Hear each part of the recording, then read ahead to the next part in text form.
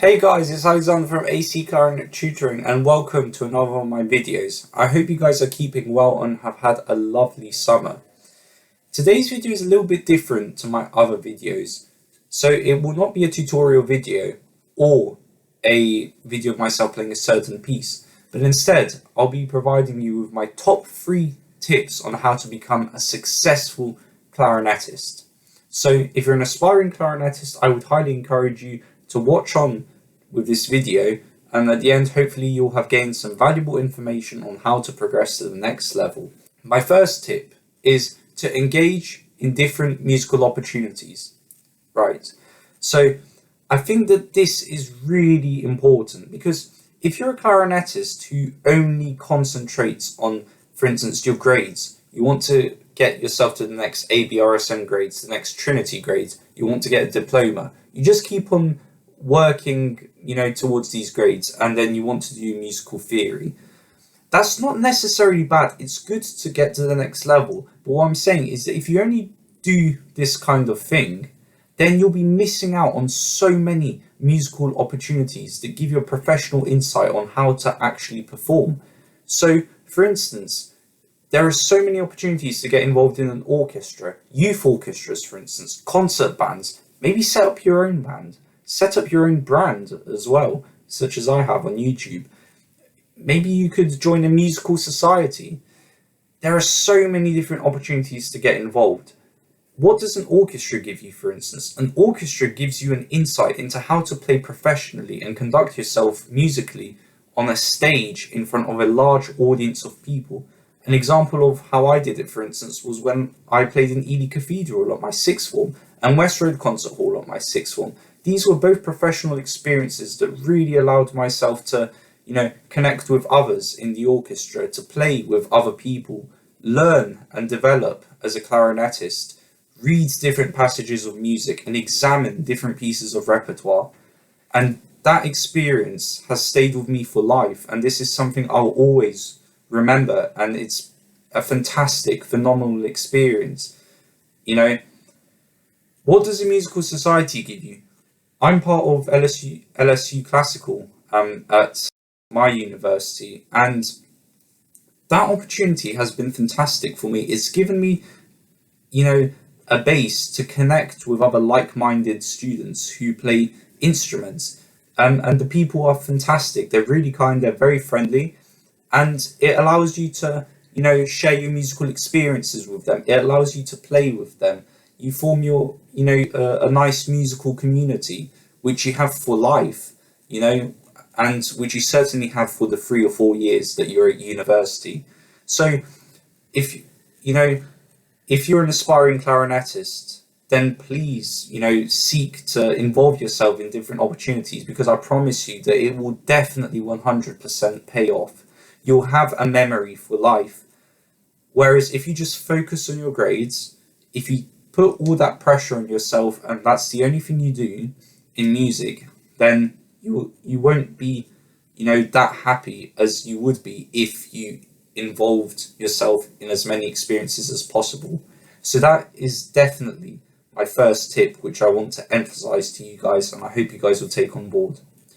My second tip is to believe in yourself.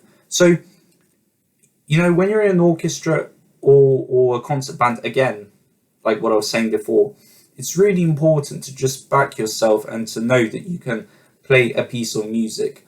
And believing in yourself really comes with practice, in my opinion.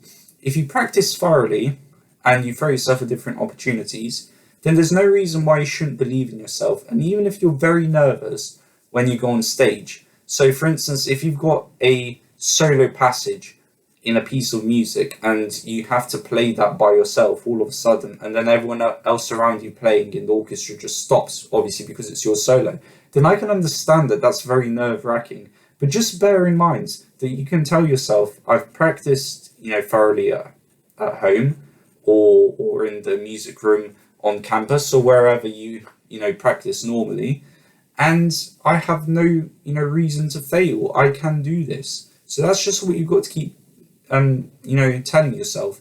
And it's normal to be nervous. It's normal to, if it's your first time, but just try and remember that you've also got fantastic individuals in an orchestra or concert band, to help you out. Don't be afraid to ask for help, and don't, be afraid to believe in yourself, because if you've worked hard, if you've been consistent, and if you've been a great listener to your, musical tutor, you've been a musical mentor, your concert band leader, then you can do it. So just keep calm and practice and believe that you can do it, because at the end, there are probably some people out there who start the clarinet or the piano or whatever instrument, and then after 3 or 4 years they either quit, probably because they haven't believed in themselves enough that they can continue, or they just simply don't enjoy it.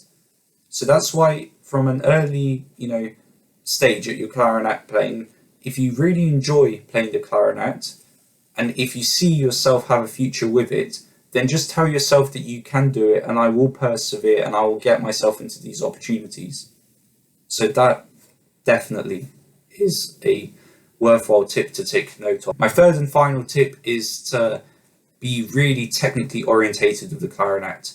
So when you're starting off your clarinet journey, for many of you who do ABRSM, for instance, as your example, what I did, for instance, you have to obviously perform scales and arpeggios. And I'm sure many of you will probably think that scales and arpeggios, they're a little bit dull, because you're just playing, ascending scales, descending scales.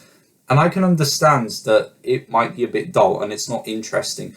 But really, don't be tempted to skip playing scales and arpeggios, because when you get to higher level pieces, so you play the likes of things such as Dvorak, you play the like of things such as Schumann, Schubert, Brahms, you have all these really difficult rhythms involved. So you have all these semiquavers, you have all these chromatics, and you can't master doing these kinds of things unless you've practiced the scales beforehand.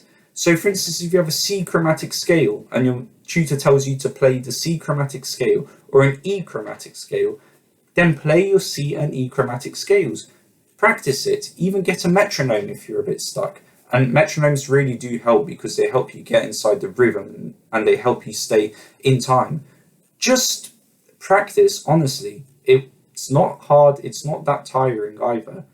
Some of you may find it a bit hard, but what I'm trying to say is, to just keep on persevering to the point where you don't find it hard, because it really will pay off. Because when you see that piece in your orchestra or concert band, or the next piece you play when you get to grade 7 or 8, you're going to see that complex rhythm, and you're going to think to yourself, you know what, I've seen this before and I'm ready to apply it and put it into practice. And it's just such a rewarding feeling. And I remember now when I practiced my chromatics and when I practiced all my scales to the point where to the best point that I could, then when I saw that piece of music, for instance, when it was Brahms, when I was doing my Allegro Appassionato, then I saw these really quick semi-quavers, and it really was just so fast. But because I practiced, my fingerings on my scales and arpeggios, I was able to get to grips with it and I was able to perform it. And it was such a satisfaction for me. So guys, please don't be tempted to skip scales and arpeggios and all the other technicalities. If you've seen my first tutorial videos, you'll see myself giving a video based on embouchure technique and giving a video based on major scales. So it might be worth checking those out as well if you're seeking to improve or if you're looking to develop your scales. So that's my 3 tips on how to become successful as a clarinettist. And those could be even, 3 tips that you could use to, be successful in the musical industry in general, whether you're looking to go into classical music or whether you're looking to, go into jazz music. It's really important. So that's what I've learned. These are the 3 tips that have helped me get to where I am today. And if you liked this video, don't forget to like and subscribe. And for those of you who have also been successful clarinettists, let me know in the comments sections what you have found most beneficial in helping you get to where you are today. Thanks for watching, guys, and I'll see you guys in the next video.